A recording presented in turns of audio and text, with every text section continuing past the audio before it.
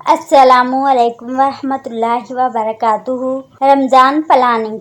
जिस तरह किसी भी काम करने से पहले इसकी प्लानिंग की जाती है, इस तरह रमज़ान जो कि अल्लाह सुब्हाना व तआला का महीना है, इसको वेलकम करने के लिए भी इसकी प्लानिंग की जाती है। घरों की सफाइयाँ करना, ग्रोसरी इकट्ठी करना, मुख्तलिफ चटनियाँ बनाना, समोसे कबाब वगैरह फ्रीज करना शामिल हैं। आइए इस बार रमज़ान प्लान कुछ मुख्तलिफ तरह से करते हैं।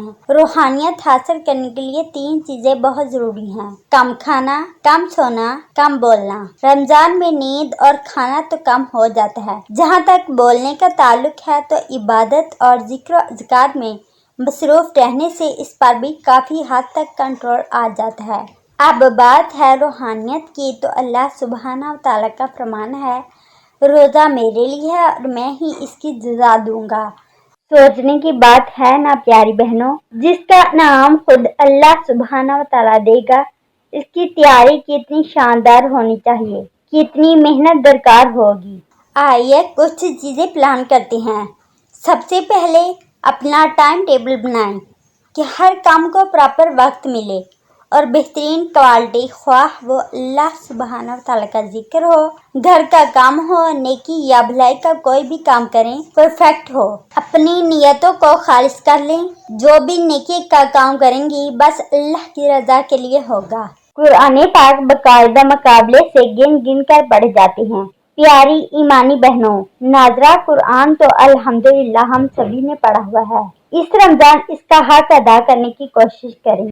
नाजरा पढ़ने से मकसद पूरा नहीं हो जाता बहनों, बल्कि ठहर ठहर कर इसके फहम को समझ कर पढ़ें, तभी हमारे दिल बदलेंगे, इसके रमूज़ औकाफ खुलकर सामने आएंगे। अपनी गलतियों कोताहियों की, अपने गुनाहों की दिल से माफी मांगे। रब का कुर्ब पाने के लिए रो रो कर फरियाद करें। रोजे की हालत में हराम खेल, गुस्सा, गीबत, बेईमानी, धोखाधड़ी, मिलावट, झूठ बोलना और दूसरों की दिल आयारी करना, किसी का हक मारना, ज्यादती करना वगैरह से हमारा रोजा खराब नहीं होता क्या? रोजा सिर्फ भूख प्यास बर्दाश्त करने का नाम नहीं है प्यारी बहनों, इन सब खराफात से भी खुद को बचाना है। अगर भूख प्यास के लिए मन मार सकते हैं तो फिर इन सब के लिए क्यों नहीं।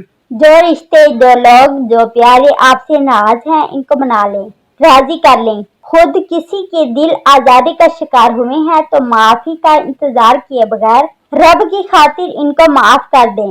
एक खूबसूरत अमल, कसरत से दुरूद पाक पढ़ने का एहतमाम करें। दिल में किसी नेकी, जैसे किसी की हाजत पूरी करना, खाना खिलाना, सहरी और अफ्तारी का इंतजाम करना वगैरह का ख्याल आए तो देर मत कीजिए, इसे कर डालिए कि पहला ख्याल अल्लाह सुब्हाना व तआला की तरफ से होता है। बाद में शैतान वसवसे डालकर रुकावट पैदा करता है।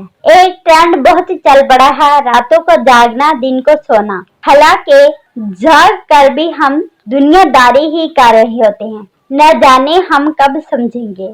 रमजान के चंद दिनों की प्रैक्टिस आइंदा आने वाले 11 महीनों में ट्रेनिंग पीरियड साबित हो। जो आदत इबादत रमजान में प्रैक्टिस में रही हैं, वो 11 महीने भी अमल में रहें। घर वालों का माइंड मेकअप कीजिए कि रमजान सादा गुजारना है, साथ तामुन करें, मदद करें, चटपटा छोड़ना है। सहरी अफ्तारी हल्की मगर सेहत अफजा करें। विटामिन पूरे लें। ड्राई फ्रूट का पाउडर बना लें, साथ में खसखस, मिश्री, सौंफ, बादाम वगैरह डाल लें। सहरी अफ्तारी में एक एक चम्मच लें, मल्टी विटामिन का काम देगा।